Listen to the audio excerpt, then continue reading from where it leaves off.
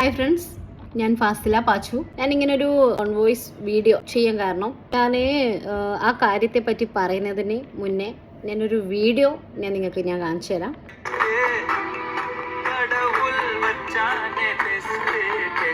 ഞാൻ ഈ ഒരു വീഡിയോ എൻ്റെ കൂട്ടുകാരൻ്റെ കൂടെ, അതായത് എൻ്റെ ഫ്രണ്ട് മെഹനുവിൻ്റെ കൂടെ, അവൻ്റെ നാട്ടിൽ ഞാൻ ഒരാവശ്യത്തിന് വേണ്ടിയിട്ട് ഞാൻ പോയപ്പോൾ, അതായത് നീലേശ്വരത്ത് ഞാൻ പോയപ്പോൾ ഞാൻ ജസ്റ്റ് അവനെ കണ്ടു. അപ്പം ഞാൻ അവൻ്റെ അടുത്ത് പറഞ്ഞു, കൂടാ നമുക്കൊരു വീഡിയോ ചെയ്താലോ എന്ന് പറഞ്ഞപ്പോൾ 2-3 വീഡിയോ ചെയ്തിട്ടുണ്ടായിരുന്നു. അതിലൊരു വീഡിയോ ആണ് ഇത്.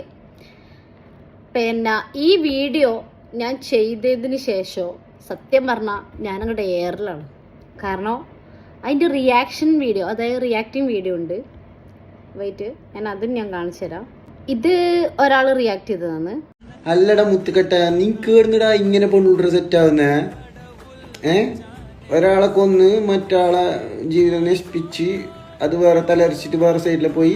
ഇപ്പൊ നേരെ 3-5 പെണ്ണിനെയും കൂടി ഇവിടെ മംഗലം കഴിക്കാൻ വേണ്ടിട്ട് നേരെയുള്ള മനുഷ്യന്മാർക്ക് ഇവിടെ പെണ്ണ് കിട്ടുന്നില്ലാത്ത അവസ്ഥ. ചങ്ങായനോട് എനിക്ക് പറയാനുള്ളത്, നമ്മളൊരു പെണ്ണ്, അതായത് ഒരു ലേഡി ഒരാണിന്റെ കൂടെ വീഡിയോ എടുക്കുമ്പോഴത്തേനും മംഗലം കഴിക്കാനല്ല കേട്ടോ.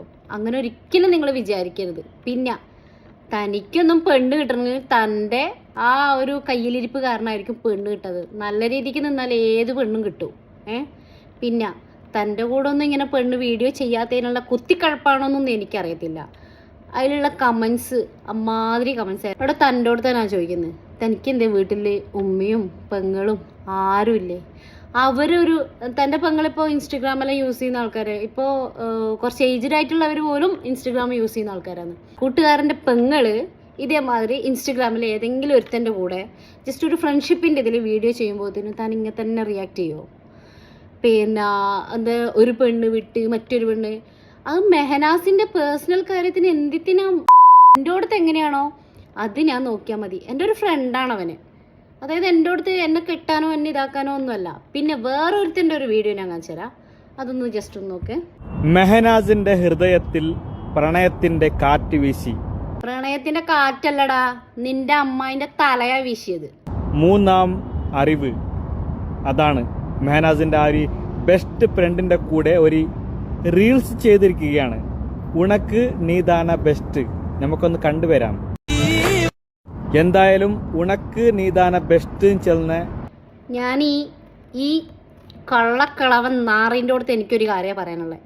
ഉനക്ക് നീതാന ബെസ്റ്റ് എന്ന് പറഞ്ഞാലേ താൻ ഉദ്ദേശിക്കുന്ന മാതിരി അങ്ങനത്തെ ഒരു ബെസ്റ്റ് അല്ല. കളവനായിട്ടുള്ള തനിക്ക് ബെസ്റ്റ് ഫ്രണ്ടിനെ കിട്ടാത്തതേ തൻ്റെ ഈ കുത്തിക്കഴപ്പ് കൊണ്ടാണ്. തൻ്റെ ഈ എന്താ പറയുക സദാചാര കണ്ണിനെ കൊണ്ട് എല്ലാ ആൾക്കാരും കാണുന്നത് കൊണ്ടാണ് തനിക്ക് ബെസ്റ്റ് ഫ്രണ്ടിനെ കിട്ടാത്തത്. പിന്നെ എന്താ പറഞ്ഞത്, മെഹനാസിന് പുതിയൊരാൾ. പിന്നെ താനതിൽ എന്തെങ്കിലും എഡിറ്റ് ചെയ്തിട്ടൊക്കെ മാസ്ക് ഒക്കെ വെച്ചിട്ട്, എടോ ഞാൻ മാസ്ക് ഒന്നും വെച്ചിട്ടില്ല, അന്തസ്സായിട്ട് എൻ്റെ മുഖം എൻ്റെ ഫേസ് കാണത്തക്ക വിധമാണ് ഞാൻ അവൻ്റെ അടുത്ത് ഞാൻ വീഡിയോ ചെയ്തിട്ടുണ്ടായിരുന്നത്.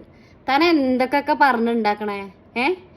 റീച്ചിന് വേണ്ടിയിട്ട് ഒരു പെണ്ണിനെ പറ്റിയിട്ട് ഇങ്ങനെ ഇല്ലാത്ത ഓരോരോ കാര്യങ്ങൾ പറയാൻ നിൽക്കരുത്. അതിനെ പറ്റിയിട്ട് ആദ്യം അറിയാം. മെഹനാസിൻ്റെ കൂടെ ഒരു പെണ്ണിന് വീഡിയോ ചെയ്തു എന്ന് വിചാരിച്ചിട്ട് എന്തിപ്പോൾ ഭൂമി തലകീഴായിട്ട് മറിയാൻ നിൽക്കുമോ? തനിക്കൊക്കെ എന്തൊക്കെ കാര്യങ്ങളുണ്ട് വേറെ നോക്കാൻ? എന്തിൻ്റെ ആവശ്യത്തിനാണ് താനൊക്കെ ഈ ഒരു ഇതിന് വേണ്ടിയിട്ട് നിൽക്കുന്നത്?